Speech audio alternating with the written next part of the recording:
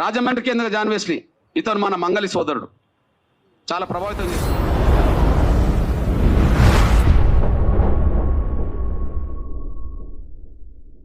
దేవుని యొక్క మహాకృప అందరికీ కూడా వీడియోకి స్వాగతం పలుకుతున్నాను. నిన్నటి దినాన మందకృష్ణ గారు ప్రెస్ మీట్లో క్రైస్తవ్యం గురించి, అంతేకాకుండా ఎస్సీ హోదా గురించి మాట్లాడుతూ ప్రెస్ మీట్లో క్రైస్తవ్యంలో కూడా పెద్ద కులాల వాళ్ళే ఉన్నారు, వాళ్ళే ఎక్కువ మంది పనిచేస్తున్నారు అంటూ వారు ఒక మాటను తీసుకురావడం జరిగింది. సో ఆ మాటను నేను విన్నప్పుడు నాకు కొంచెం ఇబ్బందిగా అనిపించింది. ప్రాముఖ్యంగా ఏంటంటే ఎస్సీ రిజర్వేషన్ గురించి కానీ, అలాగే ఎస్సీ హోదా గురించి కానీ, దాన్ని ఎలా ప్రాపగండ చేసుకోవాలి, దాని విషయంలో ఎలా మనం జాగ్రత్తలు తీసుకోవాలి, క్రైస్తవుల్లో ఉన్నప్పటికీ కూడా ఆ హోదా ఎందుకు కోల్పోవాలి, ఆ హోదాను కోల్పోకుండా ఎలా కాపాడుకోవాలి, దానికోసం చట్టం తీసుకురావాలా, దానికోసం మార్పులు తీసుకురావాలా అనే విషయం వారు మాట్లాడుంటే బాగుండేది. అయితే ఇక్కడ ఇప్పటి వరకు కూడా క్రైస్తవ సావుకుల్లో, క్రైస్తవ విశ్వాసుల్లో అన్యోన్యంగా, అన్నదమ్ములుగా, అక్క చెల్లెండరుగా పిలువబడుతున్నటువంటి ప్రతి ఒక్కరు కూడా కులం అనే ఆలోచన లేకుండా కలిసిమెలిసి, బీసీలైనా, ఎస్సీలైనా, ఎస్టీలైనా, ఎవరైనా సరే అందరూ కలిసిమెలిసి ప్రభుని నమ్ముకున్నాం, మనం క్రైస్తవులు మనం అంటూ ఒక ఆలోచనలో వెళ్ళారు.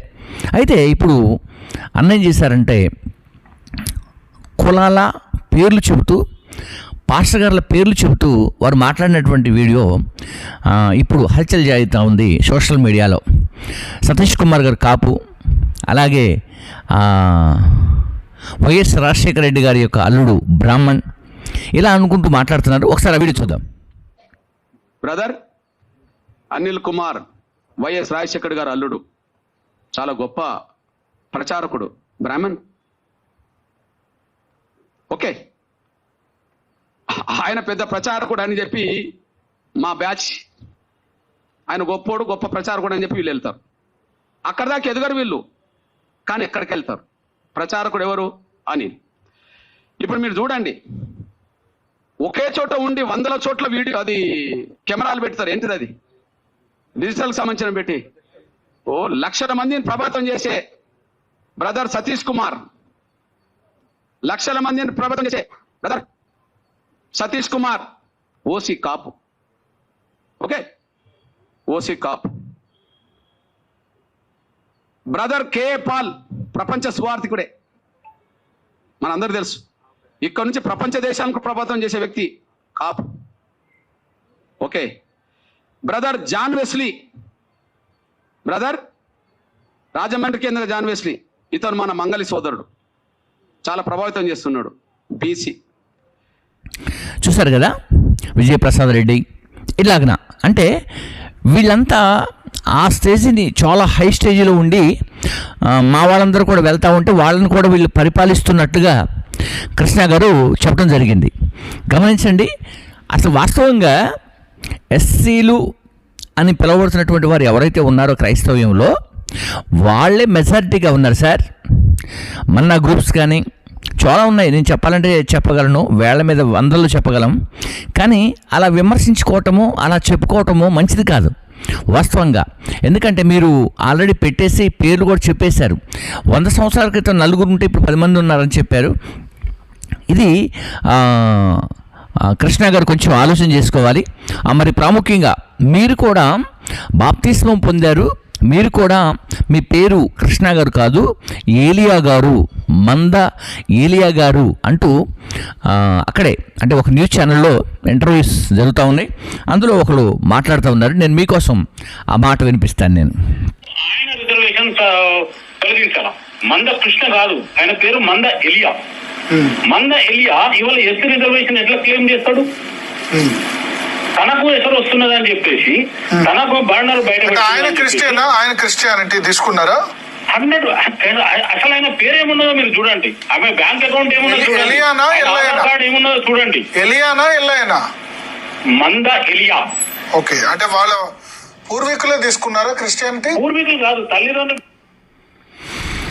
ఎస్, మీరు కూడా ఒక క్రైస్తవులు అయ్యండి. క్రైస్తవ ప్రేమేంటో మీకు తెలుసు. ఇప్పుడు వరంగల్లో మేము మున్నూరు కాపు అయినప్పటికీ కూడా మా పాస్టర్స్ ఫెలోషిప్లో దాదాపుగా అందరం కూడా ఎప్పటికీ కూడా కుల మతపరమైనటువంటివి లేకపోతే డినామినేషన్ పరమైనటువంటివి కూడా మేము ఆలోచించుకోకుండా ఒక బ్రదర్స్ లాగా ఒక తల్లి గర్భంలో పుట్టకపోయినప్పటికీ కూడా మనందరం కూడా క్రీస్తు రక్తంలో కడగబడినటువంటి సహోదరులమని మేమందరం కూడా వారింటికి మేము వెళ్ళినా, మా ఇంటికి వారు వచ్చినా, వారి సంఘాల్లో కోడికలు జరిగినా, మా సంఘంలో కోడికలు జరిగినప్పటికీ కూడా ఏమాత్రం భేదం లేకుండా భోజనాల విషయం కానివ్వండి, ఫ్రెండ్షిప్ విషయం కానివ్వండి, స్నేహబంధం కానివ్వండి, ప్రతిదీ కూడా కలిసిమెలిసి ఉంటాం. కారణం ఏంటంటే క్రీస్తు రక్తంలో కడగబడిన ప్రతి ఒక్కరు కూడా సహోదరులేని బైబిల్ తెలియజేస్తూ ఉంది. క్రీస్తు తన స్వరక్తం ఇచ్చి సంపాదించినటువంటి ఈ సంఘాన్ని కాయటానికి దేవుడు కాపరులుగా, సావుకులుగా కొందరు ఏర్పాటు చేసుకున్నారు. అయితే మీరు చెప్పినటువంటి 10 పేర్లు ఉన్నాయి చూసారా, 10 పేర్లకి నేను ఇంకొక 90 పేర్లు కూడా చెప్పగలను. ఏ స్టేజ్లో ఉన్నవాళ్ళు, మీరు చెప్పినటువంటి ఈక్వాలిటీ స్టేజ్లో ఉన్నటువంటి వారే, మీరు లేరనుకోకూడదు. ఓకేనా? ఫర్ ఎగ్జాంపుల్ ఒకటి చెప్పాను, ఎర్నెస్ట్ కొమ్మనపల్లి గారు, మన్నా గ్రూప్స్, మన్నా చర్చెస్, ఎంతమంది సేవకులు ఉన్నారు చూడండి. అందరూ కూడా ఎక్కువగా ఎస్సీలే ఉంటారు. మీరు గమనించారో లేదో. అలాగనే మీరు చూస్తే ఓసన్న గురించి కూడా చెప్పారు, ఓసన్న మందిరం గురించి కూడా చెప్పారు. దాంట్లో దాదాపుగా నాకు తెలిసి 90% ఎస్సీలే ఉంటారు. ఇలా చెప్పుకుంటూ పోతే చాలా ఉన్నాయి సార్, చాలా మినిస్ట్రీస్ ఉన్నాయి. దేవదాసాయి గారి పరిచర్య, బైబిల్ మిషన్, ఇలా చాలా ఉన్నాయి. ఇంకొక విషయం ఏం చెప్పారంటే, కేపాల్ గారి గురించి మాట్లాడుతూ బయట దేశాల్లో కూడా ఈయన అద్భుతంగా చేయగలడని. కానీ మీరు అనుకున్నట్టుగా ఆయనే కాదు, ఆయన కంటే ఇంకా ఎక్కువగా, అంటే ఈయన అమెరికా దేశం వెళ్ళి ఉండగలడు, కానీ అమెరికాకి, ఇండియాకి నెలకు 2-3 సార్లు వెళ్ళి వచ్చే వాళ్ళు ఉన్నారు. సంవత్సరానికి ఒక 10 సార్లు వెళ్ళి వచ్చే వాళ్ళు కూడా ఉన్నారు. వాళ్ళ ట్రిప్ను బట్టి ఉంటుంది, వాళ్ళ యొక్క పరిచర్యను బట్టి ఉంటుంది. దానికి సంబంధం లేదు సార్. అంటే గొప్పగా ఉన్న వాళ్ళంతా వీళ్ళు, తక్కువగా ఉన్న వాళ్ళంతా వీళ్ళు, అట్లా మాట్లాడకూడదు. ఇక్కడ ఎప్పటివరకు ఇంకా ఎలాంటి భేదాలు లేకుండా సేవకులందరూ కూడా కలిసిమెలిసి ఉంటున్నారు. కాబట్టి మీరు చాలా చక్కగా అన్ని విషయాలు చెప్పగలిగినటువంటి మీరు ఇలా క్రైస్తవ్యంలో మరి ఇలా పేర్లు పెట్టి చెప్పటం అనేది కొంత నాకు ఇబ్బందిగా ఉండి ఈ వీడియో చేస్తున్నాను. కాబట్టి సహోదరులారా, మరి ఈ విషయాన్ని గమనించండి. దయచేసి క్రీస్తు రక్తంలో కడగబడినటువంటి ప్రతి ఒక్కరు కూడా, నిత్య రాజ్యానికి వారసులయ్యే ప్రతి ఒక్కరు కూడా ఈ భూమి మీద బ్రతికినటువంటి కాలంలో ఏ క్యాస్ట్ ఫీలింగ్ కానీ, లేకపోతే ఏ పరమైనటువంటి ఏదైనా కానీ అలాంటి ఆలోచన కనుక కలిగి ఉన్నాము అంటే మనము నిత్య రాజ్యానికి వారసులము కాదు. మరీ ప్రాముఖ్యంగా కృష్ణన్న కూడా ఆలోచన చేసుకొని మరొక ప్రెస్ మీట్లో ఈ మాట్లాడినటువంటి మాటలని కొంచెం వారు వెనక్కి తీసుకుంటే బాగుంటుంది. ఎందుకంటే క్రైస్తవ్యంలో ఇప్పటివరకు ఒకవేళ ఎవరు కూడా కాపు సతీషు, లేకపోతే బ్రాహ్మణ పలానా వ్యక్తి, రెడ్డి పలానా వ్యక్తి, అంటే కొంతమంది రెడ్డి అని పేరు పెట్టుకుంటున్నారు, గుర్తు అవుతుంది, కానీ కొంతమందికి తెలిసి ఉండకపోవచ్చు. ఇప్పుడు అదే మీరు సతీష్ కుమార్ గారు మొన్న కరోనా టైంలో అసలు కులమత జాతి భేదం లేకుండా అందరికీ సపోర్ట్ చేశారు. అంబులెన్స్ని పెట్టారు, హాస్పిటల్స్ ఓపెన్ చేశారు, అలాగే బెడ్స్ కోవిడ్ వచ్చినటువంటి వారందరికీ కూడా చాలా వాళ్ళు ఖర్చు పెట్టి పనిచేశారు. అలాగే స్టీఫెన్ వాల్ గారు కూడా చాలా వరకు ఖర్చు పెట్టారు. అయితే ఇప్పుడు ఏమవుతుందంటే, మీరు ఫలానా అని చెప్పేసరికి ఏమవుతుందంటే లోకంలో ఉన్న వాళ్ళందరూ షూట్ అలా వెళ్తుందన్నమాట. వీళ్ళు అవునా అలాగా ఎలాగా అని చెప్పేసి. మీరు వరంగల్లో చూడండి, ప్రతి ఒక్క సేవకులు అందరూ కలిసిమెలిసి ఉంటాం. మా ఫెలోషిప్లో దాదాపుగా 480 మందికి ఎక్కువ ఉన్నారు. జిల్లా ఫెలోషిప్ ఉంది, మండల ఫెలోషిప్ ఉంది, డివిజన్ ఫెలోషిప్ ఉంది, అలాగే ట్రై సిటీ ఫెలోషిప్ ఉంది.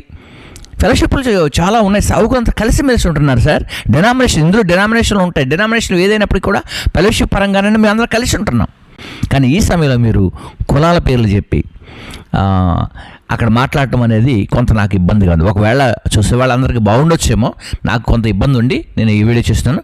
బట్ ఒకటి మనం ఫైట్ చేయవలసింది, లేదా ఇప్పుడు రెడ్డిస్ కానీ, కమ్మకు కానీ, కాపుకు కానీ, ఎలమకు కానీ, పద్మశాలి కానీ, సో బీసీఈలో ఉన్నటువంటి వారు ఎవరైనా క్రైస్తవ్యానికి వచ్చినప్పుడు వారి కులం పోదు.